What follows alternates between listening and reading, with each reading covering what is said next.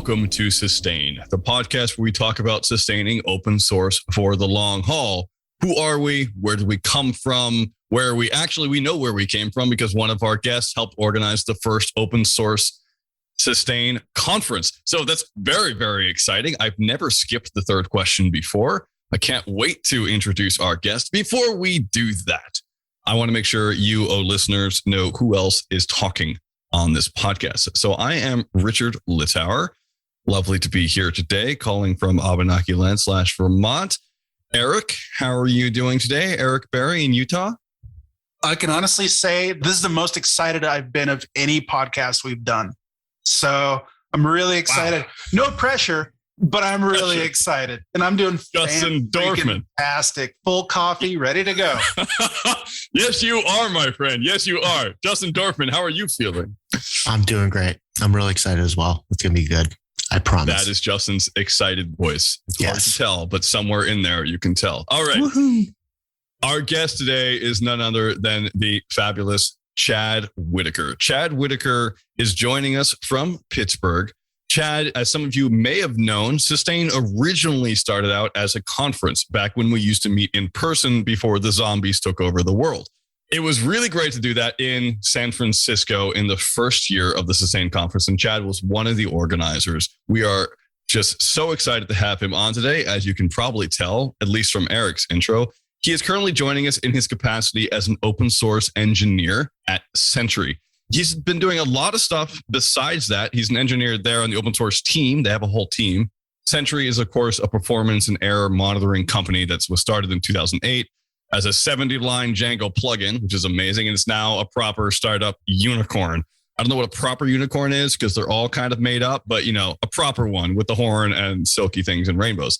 Chad's job is to help Sentry's engineers and users collaborate to make Sentry even better than it already is. And he, of course, helped fund the first Sustain. He's also the founder of Gratipay, also known as Gittip, which was one of the earliest let's fund all the open source people forever.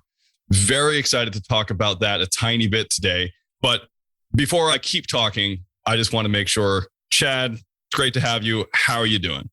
Good. Thank you. Thank you for having me. It's great to be with you guys. See you again. Catch up. Yeah. How am I doing? I'm blushing over here from this intro. I'm excited to talk about, Sustain, Gittip, Gratipay, but mostly here, to talk about Sentry and talk about kind of what we're doing to fund the open source projects that we depend on at Sentry. Can't wait to hear about that. Just so our listeners have more context. How did you first get involved with the idea of funding open source? Not how you first became a developer, but how did you first realize, okay, this is a problem. What can we do about it? Gosh, with funding open source, well, I almost had the date at the tip of my tongue. It was in May of 2012. And I was sitting in a coffee shop in Salem, Ohio. Shout out to Salem, Ohio, Friends Roastery. And I was there with a friend of mine. We were working together. And I was thinking, wouldn't it be great if we could just work on our open source projects all day, every day? That's what I was thinking. Because I had some open source projects I was doing on the side and then had the quote unquote day job, had a gig with a company called YouGov, and was thinking, wouldn't it be great if we could work on open source full time? And a light bulb went off, and Gittip.com or org was purchased that afternoon. And 3 weeks later, we launched this crowdfunding site for open source projects. So that was sort of, I guess it was a light bulb moment and a quick, let's jump in and try this. Can you tell us what Gittip did again? Yeah, Gittip was a crowdfunding platform for open source projects. It's been since superseded. It ran from 2012 to 2017. It's since been superseded by the likes of Patreon and Open Collective and GitHub sponsors and things like that. A lot of folks carrying the torch forward. Liberapay too. I got to give a shout out to Liberapay, which is actually a fork. It took our code base and kind of our business model and forked it and kept going. So there you go. But the innovation of Gittip was a leaderboard on the front page. And that's how I got involved because my bosses at the time, Chris Hewlett and David Hensel, I just went to them like, give me a credit card because we're going to be on the front page every single day. And we did it. I remember we were having like a competition with And Yet, who could be the first, first spot. Yeah. So well, because we had both sides, right? We had the companies giving, people giving, and the other side, people receiving. Right. Yeah. Yeah. Right. Yeah. So I was like, can we go up to 1,000 a week? And they're like, just go, man. I'm like, all right, cool. So yeah. What is this company? Yeah, Max CDN, wasn't it? Yeah, Max CDN. Get the name out there, yeah. Gittip later became Gratipay. We don't have to talk about that. I know that's a whole other story. Gratipay eventually closed down. I think it was just a tough business model. It was hard to do, but it was a really interesting beta, right? Like Open Collective wouldn't be where it was today if Gratipay and Gittip didn't exist. Yeah. Neither would any of Sustain. Like it was incredibly important. I don't want to focus on that. So go ahead. No, agreed. Yeah, it was a wild ride. Learned a ton. Yeah, 2017 is when Gratipay wound down at the end of 2017. And like I say, passed the torch on to some others. But yeah, 2017 then was this crucial year because that was the first year that we did Sustain. So got to know Pia and everybody else at Open Collective, collaborated on that first Sustain conference. Yeah, so connecting the dots there. Which was super fun. It was great to have you there. I remember just being overwhelmed with the amount of people in the room at that Sustain conference. Which was at GitHub, right? Which was, remember? It was at GitHub. Yep. Yeah. GitHub headquarters, the first time I'd been there. On that first floor, there. The big, yeah, exactly. Nadia was there and Brandon, Keepers. Yeah, they brought us in for the Sustain conference. Yeah, that was a good time. It's a good crew. Well, we had it was like 100 people, maybe 120. Something like that, yeah. Big circle. We also had a big circle. Yeah, it was amazing. That's been how it's been every year. Yeah. Cool. I have such a deep admiration and respect for not only what you've done, but for the decision that you made to shut it down. When I heard about that, I didn't quite understand the magnitude of that decision because I was right at the beginning of CodeFund. Right. And 4 years later, as we found that this is probably not a viable model, I started thinking more about you and your experience. I don't want to pull out a lot of stuff that maybe you don't want to revisit, but I'd like to know, what was it like when you shut the doors and finally said, I'm done? Oh my gosh. All right. So I am here to talk about Sentry. I just want to throw that out. That's why I want to talk about this first so it can get out of my mind. Because if not, I'm just... Sure. It sucked. It was really tough. I had a breakdown, October of 2017.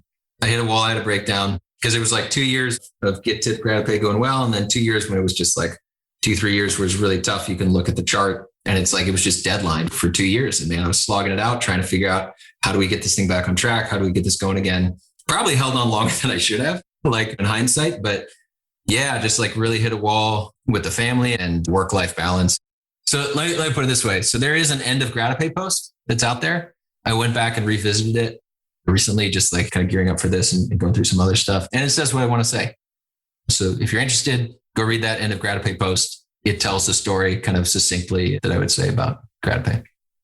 I want to thank you for being vulnerable. Just on behalf of everyone else here, I've burned out and had breakdowns in open source, and I know the other two have as well, even if they won't admit it. So that's very normal for open source, which is sad, which is why it's really cool that you have somehow relit the torch and are moving forward with Sentry. So I want to talk about how you got there. Segue. How long have you been at Sentry now?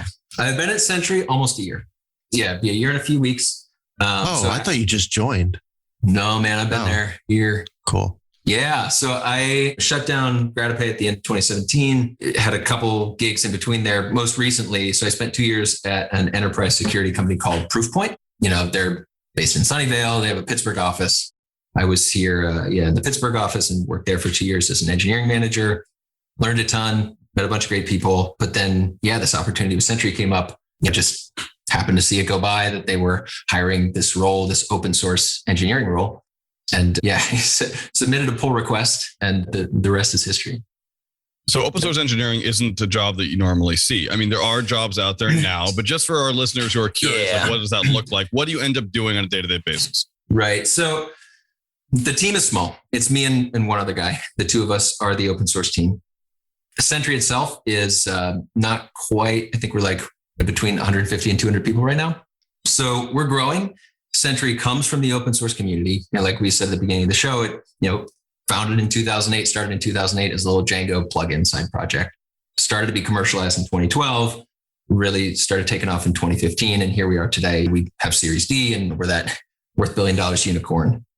So along the way, we're trying our best to stay true to our roots, to stay true to the open source community, obviously the open source community is a huge part of our success, When it's a huge part of our company identity. We want Sentry to be an open source company. Sentry is an open source company. And so the role of our team is to make sure that stays true. As Sentry scales, we have a lot of engineers that come in that don't have an open source background. So a lot of what we do is help our engineering org interface with the outside world. Here's what it's like to work on GitHub in public.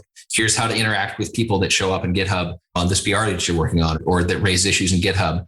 And we're maybe more used to working in private Slack channels. How do we then interface with those? Because Sentry sells to developers, right? So it's natural for us to have developers showing up in our GitHub repos and want to talk to us. And we really see it as kind of the power of open source for us is enabling that conversation. So it's not just that conversation directly with engineering. So it's not just, contact customer support. We have a great customer support team, but a lot of times that can be, there's an anti-pattern, which is like, I contact customer support and unfortunately their hands are tied. They're like, well, I'll let our product team know, but no promises. I'll let you know, if this ever ends up on the roadmap, right? Like that's shutting the door in someone's face of like that. Unfortunately, we put customer support in that position. They have to do that. So what we're trying to do with open source at Sentry is open that door, or at least like invite people onto the front porch to say, let's have a conversation. You use Sentry, you're a developer. Let's not beat around the bush here. Like you probably looked at the Chrome dev tools to figure out what this bug is that you hit in Sentry. Let's have that conversation with our engineering team and enable that. So then to get back to your original question about what the open source team does, me and one other guy. So there's half of it is kind of automation around GitHub and things like that. The engineering side of it is, like GitHub automations, making sure that we track, so one of the big projects this year has been tracking triage time, meaning somebody creates an issue in our GitHub issues, does anybody ever answer that, right? Like that sort of thing. Like in our customer support, we have all these processes in place to track that, right? And they can say, yes, we answer every issue within, every customer support request gets responded to within 8 business hours. So we want that same level of service in our GitHub issue tracker. So it's that kind of, automation and around enabling that. So think Slack notifications and stuff like that, integrations. So engineering around that, also some kind of release engineering. So we have what we call our self-hosted version of Sentry. So it's like, again, Sentry is as open source as we can make it. So when you go to sentry.io and you're using our hosted Sentry offering, you can go to github.com/getsentry/Sentry. Actually, that's the main repo, but it's /on-premise is where you would go to download. The naming is a little confusing because the repo's on premise. We call it self-hosted in the docs. But the point is you can download Sentry, you can run it yourself on-prem on your own cloud, on your own hardware. And it's the same product. It's the same feature set that you're getting from the cloud product. So we're not open core. We're as open source as we can be there. See, I'm confused here. So at the end of 2019, David Kramer, who's the creator of Sentry, correct, went on the changelog and told Adam Stakoviak that they relicensed to the business source license. And my understanding that is not an OSI approved license. So how does that work? I'm not trying to put you on the spot. I'm just trying to understand how that works. Yeah. So the BSL is like, I think of it like a time capsule. Okay. Because it's basically like a wrapper around an OSI approved license. In our case, that OSI approved license is the Apache 2.0 license. Very well understood. Very well, it's one of the standard licenses, if not like one of the top ones. Maybe MIT is more popular. I don't know. What BSL says is after a certain period of time, our code reverts to this Apache license. After a certain period of time, it's available under this normal OSI Apache license. For us, the period of time we chose is 3 years. So if you go to github/getsentry/Sentry and you download what's there, you get all the source code. And in 3 years, what you just downloaded, 3 years from the date you downloaded it, it's Apache 2.0. So BSL, I think of like as a time capsule or kind of a wrapper around an OSA license. And this was to combat those copycats that don't really give back to the original project. Has that had an effect in? Oh yeah. It's risk mitigation. The risk is, some other company that didn't do the work. Again, Sentry was founded in 2008. There's a lot of effort that's gone into building Sentry into the product it is today. And our goal is to build the best product that we can and get it in as many hands as we can. And we love Sentry. We use Sentry. Sentry is awesome. We want to make it as awesome as we can. We want everybody to be able to use it. And the risk is that some other company, 15 years after we started the project, comes in, swoops in, and steals our lunch. One of the things I also compare this to is a lot of companies go this open core route, where they say, okay, we have this community edition of our product, that has like 50% of the features. And that's the open source part. But then you got to pay for the full feature set. And we very much did not want to go the open core route because we want everybody to have all of Sentry. All the people that are actually downloading and installing Sentry for themselves, we have no problem with that. Our BSL license says you can't take this and use it to run a competing SaaS service. You can't run a competing SaaS cloud hosted version of Sentry because like we built this thing and you didn't. You can't be a freeloader in that regard. But yeah, if you want to go get Sentry and run it yourself behind your firewall in your own cloud, that's what it's there for. That's what that on-premise self-hosted version is there for. But going back to this idea of open core and BSL, I think of it as time versus space is one way to think about it. Like open core is like you're limiting space. You're limiting the surface area, the product feature set surface area of what you're willing to share, what you're willing to make open source with people. And BSL is a time constraint. So like the whole thing's open. And in 3 years, it's really open. It's officially, OSI. Right now, in the terms of the recent code, I would say it would be source available.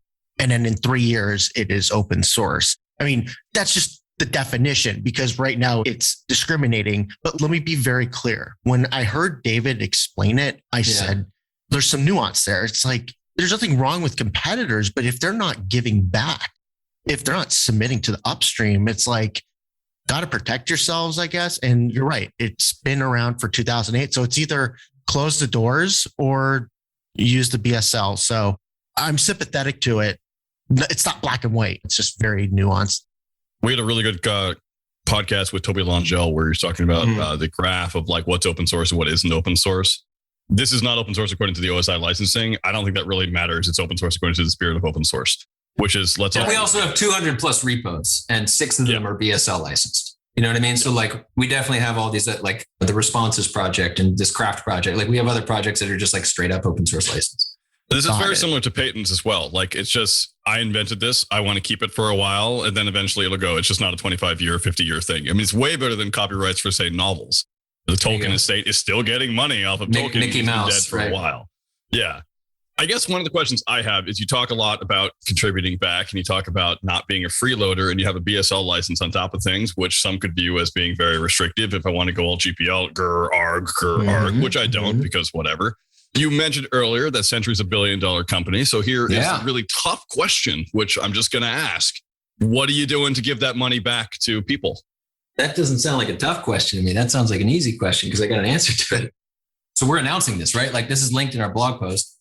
So what we're announcing today on this podcast, together with this blog post that we're putting out, is kind of the next iteration of Sentry's financial support for open source. So I want to be clear, like we've always supported open source financially. We've been a longtime member of the Python Software Foundation, the Django Software Foundation, and have kind of contributed here and there to other projects as well. So one of the things bringing me on here to the open source team, we're able to focus on this year is kind of taking a systematic approach and kind of looking across the board at, sort of starting from first principles. Like in a sense, it's super fun because this is the flip side for me of working on Gittip Gratipay. Over there, trying to figure out like how do we help companies give money to open source? And now here inside Sentry, it's like, okay, Chad, here's a budget. Let's figure out how to spend this responsibly and wisely in the community. So that's what we've done. We just gave $150,000 roughly into the open source community. This is to approximately 100 different projects. So what we did is we looked at, again, tried to start from first principles and say, let's look at our architecture. We'll link in the show notes to Sentry's architecture diagram, which is on our public dev docs.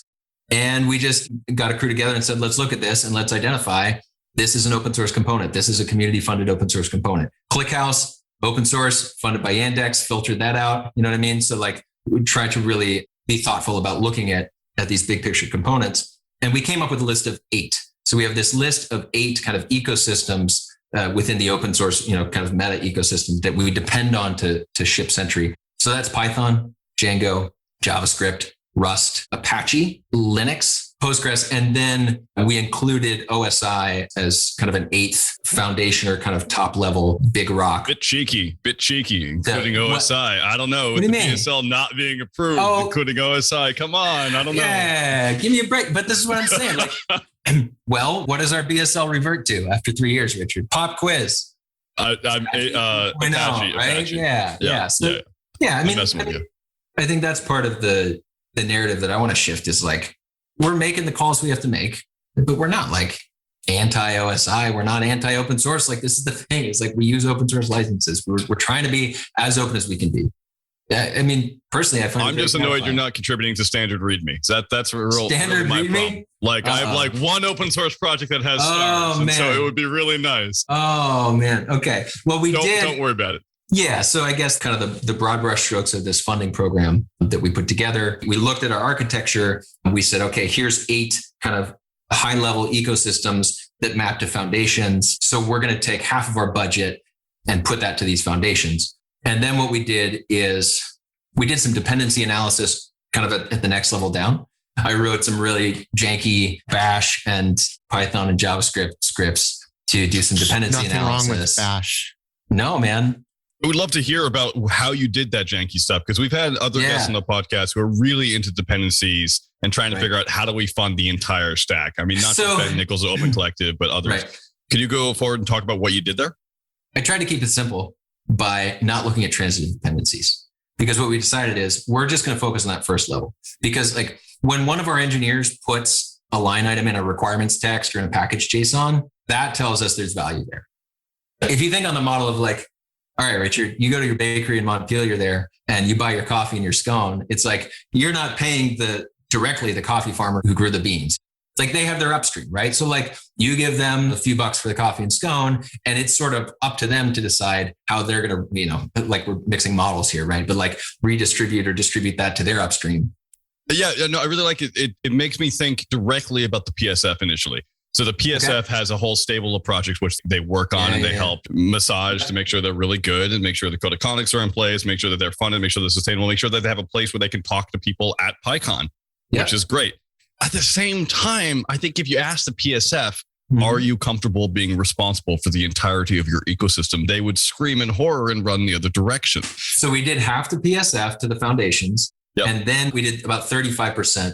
The dust still has to settle on this. I'm trying to figure out how specific to be here. We'll see what the numbers actually end up when we ship this podcast. We're looking at those first level dependencies. So we came up with about, I think it's 98 projects. So I did this analysis. So to get a little geeky here, so what I did is, we have 200 plus repos, but there's about 20-ish of them that are kind of our main repos that we actually do things like track this triage time and pay a little more attention to those repos. Use that set of repos and wrote some scripts that just, literally like clone 20 repos. And then we looked at our 3 main ecosystems are Python, JavaScript, and Rust. So just wrote some janky regex parsers and whatnot. Well, different things for different ecosystems, but basically parsed out requirements text, package JSON, cargo toml, parsed those out and looked at that first level of dependencies. And then used the GitHub, and then used for each of those ecosystems, dereference the GitHub repo for each package. And then for each GitHub repo, use the GitHub API to find the funding links. So I don't think it's in the REST API, but in the GraphQL API on GitHub, you can get the funding links, which are just links. So this isn't just GitHub sponsors. This is Open Collective. So we targeted GitHub sponsors and Open Collective, which we already have relationships with. So we basically said okay, so we're going to go through all the manifests in these 3 ecosystems, in these, I think, 17 repos. And we're going to find the projects, the first level dependencies that have a GitHub repo, that have funding links that link to GitHub sponsors or Open Collective. And that generated Back Your Stack. Yeah. I came up with Back Your Stack and I gave it to Pia on a phone call in October of 2017. I didn't know that. Did not know that. Okay. That was what we were going to launch. That was what I was trying to relaunch. It was like one of the ideas to relaunch Gratipay in the fall of 2020. We called it Back the Stack, if I remember right, Back the Stack. So I had backthestack.com and we were going to relaunch with that. And it was like, you know what? So I gave Pia a call. I was like, hey, Pia, here's an idea for you. And then Back Your Stack showed up like the next year. And I was like, that's cool. Yeah. So yeah, exactly. Same kind of dependency analysis stuff. I looked at Back Your Stack, and then GitHub sponsors does some of this too. But I mean, this is open source, right? It's like, it was close, but not quite what we wanted. And who doesn't love writing some janky bash now and then? Before I knew it, I had a little thing. And so we have this page. We'll link to this. So you can go see. It's public on the internet.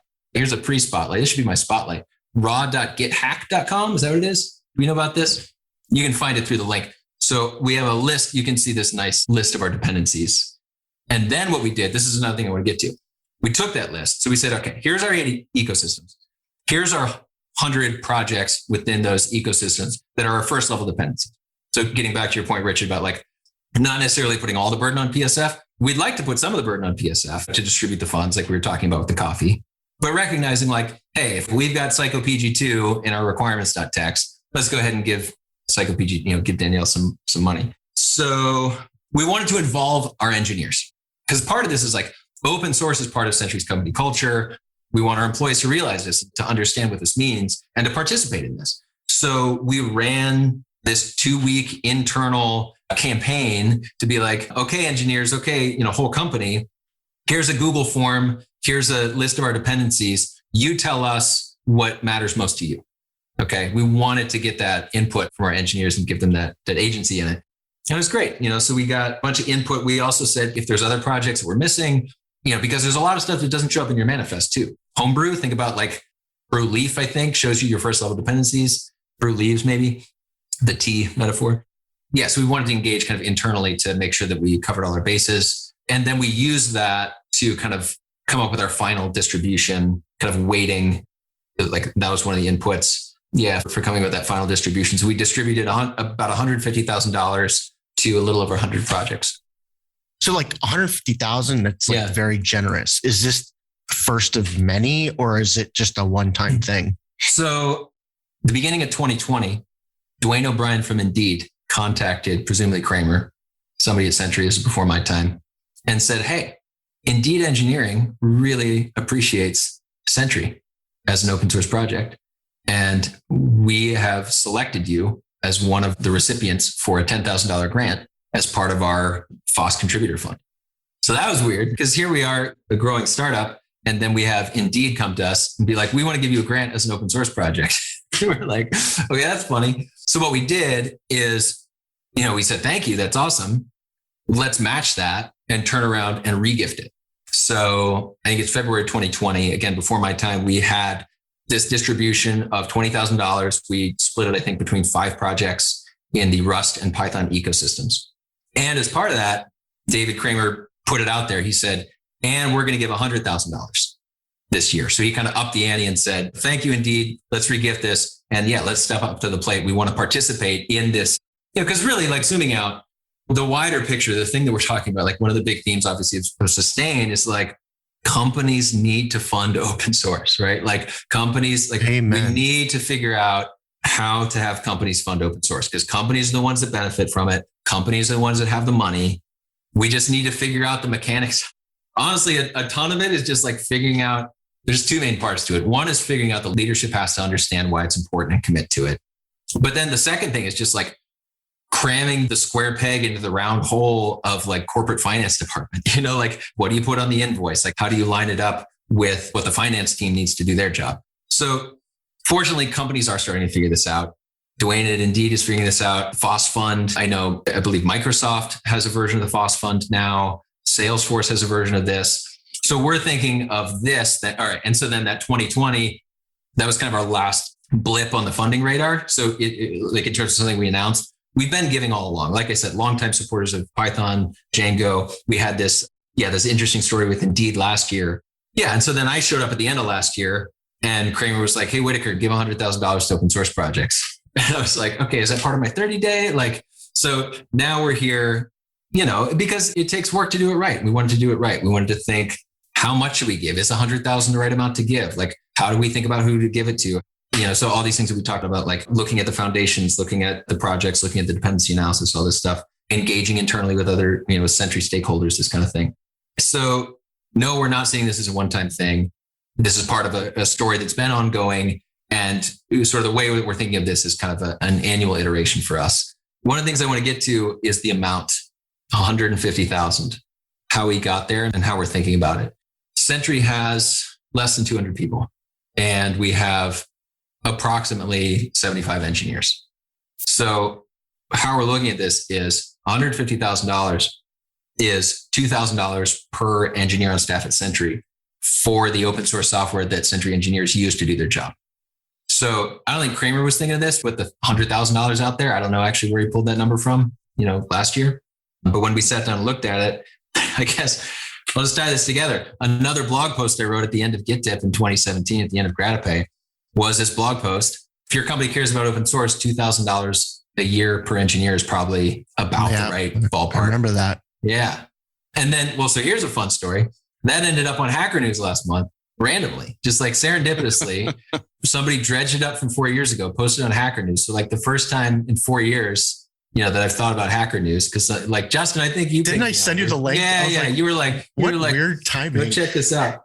Yeah. So we actually do link to that in our announcement, that blog post, because it just lined up. It's like Kramer was sort of ballparking 100,000 and we landed on 150 here. We kind of looked at it internally, and then it happened to line up that it's like, well, here's this $2,000 figure that's out there. We checked it a few different ways, but yeah, man. So I think one of the, we'll see. I think that's an interesting talking point. It's like, what is the right amount? Maybe $2,000 is too much. Maybe it's not enough. I don't know, but it's like, it's something, right? Like it's at least more than most companies are doing. That profit off of open source. Is it? I don't know. Like, does anybody else tell us? Because I don't want to presume to know how much Google gives to whatever foundations, I'm not talking about Google. I'm talking about like small, medium-sized businesses that don't pay licensing fees anymore. But look, part of the message here is like, we got to keep it positive. Sentry's out here. We're trying to do what we think is best for ourselves, right? It's like, because this is enlightened self-interest at the end of the day, because we want all these open source projects to still exist, right? It's like, we're going to keep building on these. It is enlightened self-interest. This isn't pure charity. And there are other people out there doing this. And there is a lot of momentum. Like it takes time to change systems, right? So like, let's keep it positive. Let's kind of talk about this stuff together and compare notes and keep doing more of it. I think, what I'm going to challenge the listeners to do, I have not done this before, but why not, is I'm going to have Justin Dorfman open a thread on the Sustain discourse saying what is the right amount to donate for each company. And so if you're interested in talking about what is the right amount, go to sustainoss.org, go to the discourse, and you will be able to weigh in there and discuss further.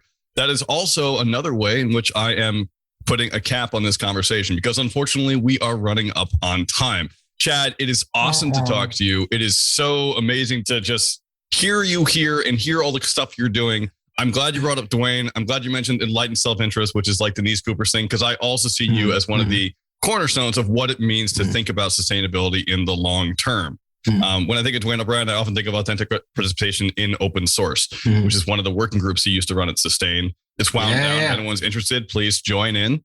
But authentic participation for me is about actually having people who really care. And you have gone through burnout, back out the other side. Very, very excited to be able to have you here and to hear your words of wisdom today. And he's blushing again. I can't even see red, and it's I true. tell everyone. It's true.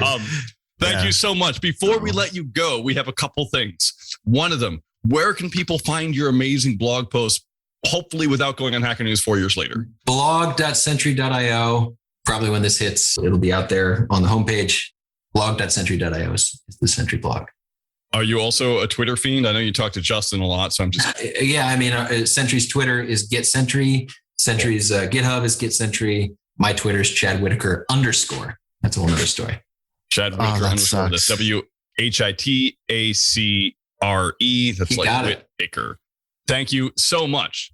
Thank you. I'm so excited to have the conversation continue. Please come join us on sustainoss.org, listeners.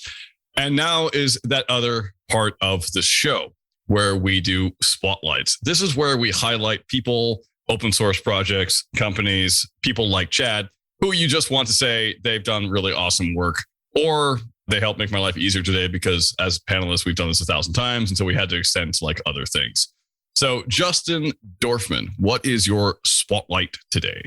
So I was walking my dog with my wife, and there was this very bright star. And she goes, "What is that?" I was like, "Let me install something called SkyMap." It's an Android app. And I looked at it and I was like, "It's Venus." She's like, "Oh, cool." So SkyMap for Android, it's nothing new. If you ever see a star and it's very bright, you can just use it to say, "Oh, it's this." I have also used that. Highly recommend. Also for Venus, everyone seems to be curious about what Venus is. Eric Berry, what's your spotlight? So I really love the attention to detail in the artwork and design work that Sentry has applied and their blogs on their website. It's just next level quality. And the artwork all looks original. And I know that it's not open source related necessarily, but those designers and creative geniuses, I applaud them because it's just really incredible. So when you do go to Get Sentry, which you should, and you do go to their blog, which you should, take note of the artwork because it is incredible. And I think if I can give some credit, and maybe Chad, you can help me, it looks like the team is run by Cameron McKeffey, who is also one of the original designers of the Octocat. It's true. Cool. I was going to say shout out to Cameron and the creative team at Sentry for sure. Awesome. More like Starlight than Spotlight. Should have made that pun last time. Sorry, I missed it, but it works here too. Spotlight today is timeanddate.com. I use timeanddate.com all the time because I'm always curious when civil, nautical, and astronomical twilight ends and starts. Mostly because I happen to record birds that fly off my house as they're migrating overnight, and I need to know when night actually starts. And so timeanddate.com is one of the easiest ways for me to have a chart that tells me wherever I am in the world, astronomical twilight ends and begins. Weird use case. I wish I had a better API. If anyone has any code out there that can help you automatically start recording from a microphone using astronomical twilight, let me know, because I haven't tried writing it and it's kind of scary. But timeanddate.com is amazing for manually doing that work. Chad, what is yours? Yeah, so the timing on this is pretty interesting. I picked this before the Twitch hack yesterday or whenever it was, the day before, as we record. Maybe it'll have faded by the time this hits. One of the folks that worked on Gittip with me has gone on to found a company called Glimesh, GLIMESH.TV. It is a next generation streaming platform. It is open source. It is an open company. It's super cool. And yeah, that's what I'd like to spotlight. Glimesh.tv. Thank you so much. Chad, it's been great having you on. Sorry for making you blush so much. You're welcome on whenever you want. Good luck with Sentry. Keep it going. I'm looking forward to $150,000 a week to developers. That's such an amazing thing you're doing there. It's the best. $150,000 a week. Yeah, we'll get there. Give us a couple of years. Yes. Thank you. Thanks, everybody.